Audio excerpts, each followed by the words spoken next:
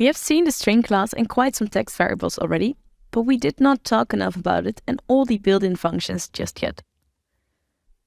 Before we start, I want to repeat that the string class in Java is a class that represents text, which is a string of characters. String objects are created using string literals or the new keyword. Here we're showing both.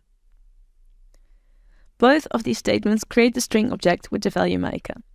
There is a subtle difference between them that we'll discuss in a bit. In the first example, I'm using the string literal. In the second example, I'm using the new keyword. You can concatenate two strings using the plus operator. For example, string greeting equals hello plus world.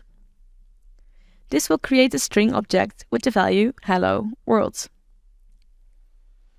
Alright, so strings are the data type for holding text. They come with quite some convenience methods for working with text, which we'll see in the next video.